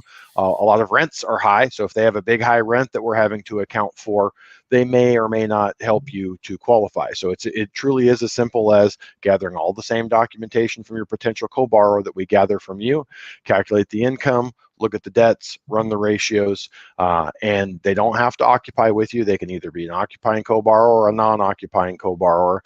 So get with your mortgage professional, have them walk through it all, and let you know what's possible. All right. Let's see here. Got a couple things going on here. Brendan is asking, is forbearance still for 2 years since last year? I don't understand the question. So I don't know that you can still go into forbearance today. I don't know what the guidelines are on that as of today. I don't think you can still file for forbearance. I think the time to get in there is already passed, I believe. At the moment, most of those forbearances are coming to an end. I think the majority of them are going to expire here over the next 2 to 3 months. I think September is a big month. I think October is another big month. And I think that's the majority of them. Now you're going to have some that trickle into 2022 when they end just because of when they went in. But I don't think there's a 2-year period at this point. I think most of them are coming to an end for the most part, the majority of them that will have any impact. So let's see. PD has a question. I have a house that is listed in a highly sought after track at HB. It has been listed for 60 plus days with multiple vetted views and 0 offers. It is the only house listed in the track as of today. Let's see what he goes on to say. The house is priced according to Zillow. That's not the way to price the house. Yeah. What do you think would be the issue? I know it's a loaded question, but give me some ideas. Can't really address that question. For one, I know you.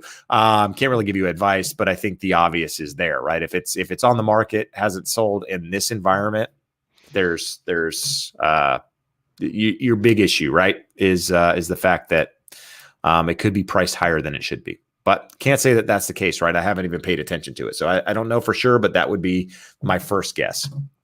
Actually, rack pull above the knees. Said it. I didn't say it. You just read it. Yeah, I read it. Let's see here. Let's see. We got some questions on new construction. People telling you should lower the price by 10%. There's a lot of opinion. There's a lot of pros here, bro. Well, a lot of pros. The person saying lower the price by 10% also says there's rampant appraisal fraud. Prices are going to fall, and then we got trouble a brewing. So they're the person that didn't get to buy a home and is sitting at home wondering when it's going to drop 50% so they can get back in. All right. Well, there you have it. Josh just called you out, I think. Are there any lenders out there offering interest-only loans? Louis is asking. Josh? Yes. So an example, and the reason why not a lot of them are used, the lender that does the bank statement program that we were just talking about, they offer interest only on that. And when you look at it, it's a bank statement program. You're not allowed to laugh, Jeb, while we're answering. I see what Lego did. She took care of the problem.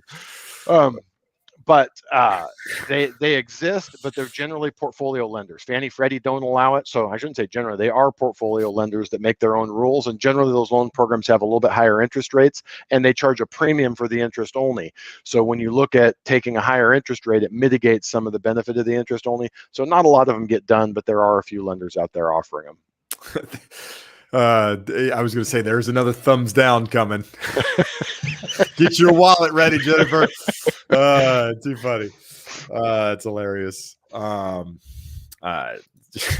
J Girl is I seriously think Zillow and Redfin put what they think the house is worth for whatever the list price is. Never see anything different from list price. So I've talked about this before. I actually did a video on it where I showed the value of a property that Zillow had said that the home was worth X.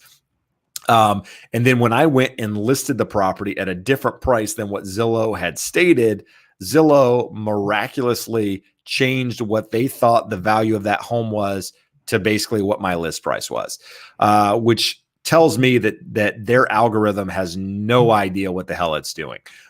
Because if I can manipulate it that easily, then there's a problem. At the end of the day, it's AI, right? Artificial intelligence it's what's picking those numbers, those values. There's not someone back there. In many cases, it's fairly accurate. I would never say it's 100% accurate, but it could be pretty close, especially in a suburban area where you have a lot of tract homes, similar properties. That sort of thing can be fairly accurate because, it's using comparable bedroom, bathroom, square footage of homes and lot sizes, and coming up with the value of a home. What it's not doing is looking at the upgrades of that property.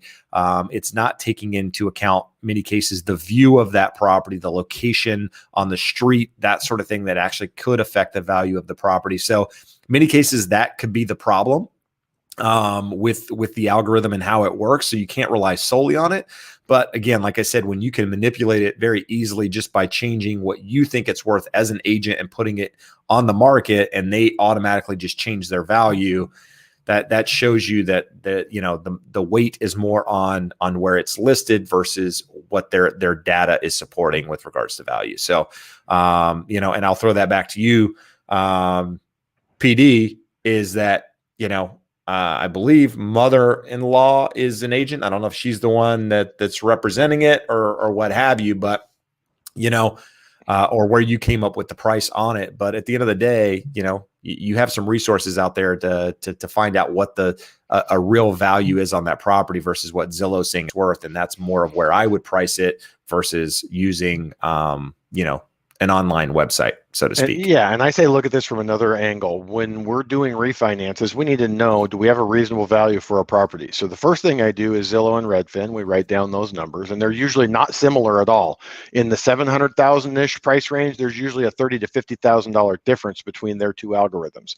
Then I go to two more paid databases that are more accurate because we actually pay for them, run the numbers there. And if we get two or three of them that are kind of in a ballpark range, then we think that it matches up with what the homeowner thinks it's worth, then we're probably there. And then we're probably going to jump into the MLS and look at a couple comps just to confirm it if we're at a higher loan to value and it actually matters. Yeah, no, I agreed 100% here. I'm looking at a question here and thinking that Arthur might actually secretly be spying on me in my office, because the three questions he's asked tonight are all addressed in the same video that I filmed today. So hang tight, man. That video is going to come out. It's going to answer every question you've had tonight. Do you see his profile picture? That is him staring over your shoulder. That he's just standing over there looking over your shoulder. Is he behind me in the window? Yeah, exactly. That would be creepy if I turned around and Anyway, if you're watching right now, there's not a lot of you have left. I don't know if it's Josh's shirt that caused you guys to leave, but we only have 170 people. We had 200 something at one point. Matt, the mortgage guy, man, I brought him on, Josh. He had 300 people in here, bro. He popped in here and everyone left. He popped in here and everyone left. The funny part, Jeb, is we gave Jennifer the authority to mute rampant appraisal fraud, but then they pop right back up as crushing housing losses with the same statements: rampant appraisal fraud, crushing housing losses. It sounds like, again, someone is really bitter that they didn't buy a house in 2015 when they were really affordable. Yes, you're really making friends here, Josh. A lot of friends being made. It's the same person. He switched accounts when Jennifer muted him. The fact that he has two is to sit here and troll people's lives. I bet a third one pops in. What do you bet? And it'll be a three-word phrase about bad things coming in the housing market. Too good. Foreclosure wave coming. Let's see. If you're watching right now, hit the like button. Help us out. We're at 110 likes. We got a couple more minutes left here on the show. We do this every Wednesday. If you're just joining us, Wednesday live at 5 p.m. Pacific. We'll be here every week for the rest of our lives. Our wives told us that's what we have to do on Wednesday. So that's why we're here. Let's see. So John is asking a question. Do lenders care what insurance company you choose? So Josh. Jeb, I kid you not, this is one of the biggest questions we get when our disclosures go out or when I send someone numbers. Interesting. A lot of times people will say, well, I have my own insurance company. Do I have, God, turning the damn lights off again. It says, I have my own insurance company. Do I have to use your insurance? Like, I don't have insurance. I put an estimate there. That's an estimated number. You are going to go get your own insurance. I can help you. I have a couple people we can refer you to that I like and trust. But if you have your own, other policies, you have a renter's policy, maybe you already have a relationship with them, you have your auto insurance, you're going to get a discount for bundling with Flow at Progressive. So I was about to say that. I beat you to it. I didn't let you get the punchline. So by all means, you're going to shop and you're going to get your whatever insurance company you want to work with, and then we will reach out and get an insurance binder and evidence of insurance from them for your file. All right. Very cool. Let's find a couple more. Pedro's trying to advertise a trailer he wants to sell in Bullhead. Did you want to do an advertisement? He was looking at the same renter for years, 62 grand, Bullhead City, corner lot. I don't know how we check C21. Century 21. So Pedro maybe is an agent at Century 21 in Bullhead, and he's trying to. There's a mobile home that's rented out for years. Same renter for $62,000 in Bullhead City. Pedro, what's the price? Put it in there. Let's hear about it. Is it on the river? If it's on the river, I want it. But if it's not, then I'm not interested. Jennifer said the wives are having candle parties. You know what I think of? I think of what's that movie with Will Ferrell where the girls are having that party, and the guy, it's Andy Dick is there represent. Do you remember it? Anyway, that's too much. That's hilarious, by the way. So wait, we got better. So someone did a little research. Crushing Housing Losses also has a new account created 3 months ago. Can anyone tell me his angle? How does he make money with these silly posts? I don't think they make money. I think they're so angry and bitter that they just sit there and create accounts and go in and if it was crushinghousingLosses.com, I could see that being an angle. I don't know how anyone could monetize their ignorance. No, I agree. Agreed. All right, guys, it is 6:56. What we're going to do here is we're going to remove that.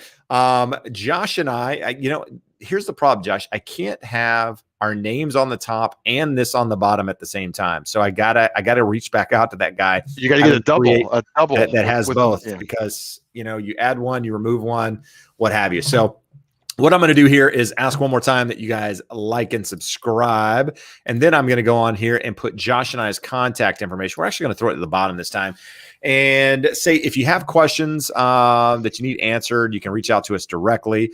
If you need a referral, to a great mortgage lender, you need a referral to a real estate agent, you can always reach out to us there as well.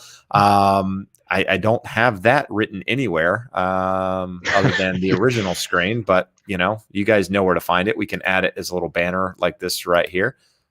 Boom. Maybe your new graphic designer can that comes from the show, the audience here, that it can pop up and make this for you. Yeah, but anyway, you can go to that link, description below as well. Yeah, we need somebody to create some good graphics. We are graphically challenged over here. We have no idea what we're even looking for until after the fact. So we need somebody that knows what we're looking for and to create. We're looking for graphics to match your techno music that you love to lead into the show with. Bro, what do you want to lead in with? I'm just trying to get people hyped, bro. We're ready. Exactly. Live at 5. We need a newsman to do a voiceover for Live at 5 coming in, right? Wait. We have a winner for comment of the night. Eddie True pops in and he says, I think it's Reventure trolling. Oh, that was the highlight of the night. Speaking of that, Eddie, I could go down a rabbit hole on that whole thing, but we won't do that. Anyway, appreciate you guys being here. Appreciate the love, the support here every Wednesday at 5. And thank you guys for the support. If you have something you want us to cover, leave it in the comments below. Otherwise, we will talk to you soon. Adios, amigos. See ya.